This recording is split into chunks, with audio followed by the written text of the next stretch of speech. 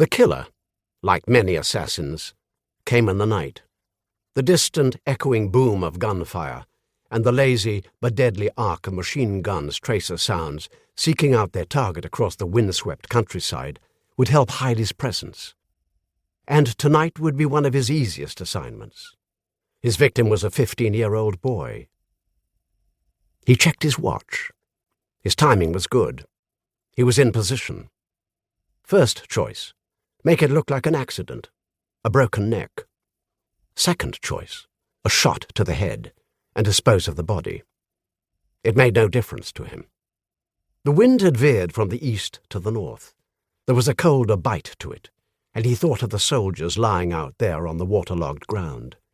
They would not have slept for days, and with almost constant gunfire and the demands of patrolling, exhaustion and the cold would have eaten into them. The steady chattering of the soldiers' machine guns, a couple of kilometers away, was a comfort to him, the staccato rhythm like music to his ears. The ground-sucking crump of mortar fire and the thud of distant artillery blended in his senses. Some of his happiest days as a soldier had been spent killing, but now he offered a more personal service in his lucrative trade of murder. He was being paid impressive money for this job, so whoever this kid was, someone badly wanted him dead.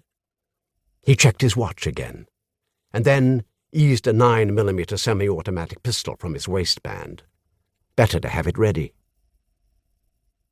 Out in the darkness, a few minutes away from where the killer waited, 15-year-old Max Gordon jogged along the thin strip of tarmac. His dad had been right in sending him to school here. These past 3 years had built up his strength and agility, and he decided to enter one of the junior triathlon contests. Extreme sports were the real test of nerve and skill. Next year there would be a junior extreme competition in the French Pyrenees, and Max wanted to compete in the downhill mountain bike race, snowboarding, and wild water kayaking, every one a big adrenaline rush. He knew it was ambitious, but he had the stamina and physical strength now.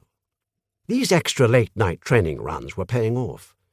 Although it was nearly pitch black, especially when the North Atlantic weather fronts roared in from the coast, there was always enough ambient light to see the tarmac ribbon guiding him around the dinosaur-like boulders. His breathing settled as he locked into a perfect pace. Across the landscape, firepower crisscrossed the night.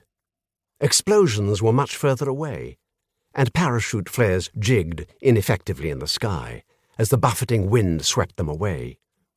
But he was safe where he was. The commandos and paratroopers were in a designated training area and were no threat to him here. Another 4 kilometers on the loop back, and he turned for home, have a hot shower, and then bed. Then he heard a sound that didn't belong. Instincts focused his senses. A soft metallic click about 20 meters ahead. There was a curved bowl worn away into the hillside, probably made by animals seeking shelter over the years, and that was where the noise had come from. Max knew there shouldn't be any soldiers about here, and caution slowed his pace. The wind had shifted slightly, to dead ahead, and that was why he had heard the noise, like a car door being pressed gently closed, or an automatic pistol being cocked. In less time than it took to think, he veered off the road and into the gorse, putting on a turn of speed and feeling the needle-sharp foliage scratching his legs. Just as he glanced back, a shadow moved from behind a sheltering boulder and then disappeared again. Whoever was out there knew what he was doing, and there was no doubt in Max's mind that the shadow was after him. He pounded across the dangerously uneven ground, risking a twisted ankle. A fall would put him at the mercy of whoever was chasing him, but he had no choice. He needed to put distance between himself and his pursuer. Arms pumping, eyes streaming with tears from the cold, he glanced around and saw the blurred shadow coming at an angle towards him.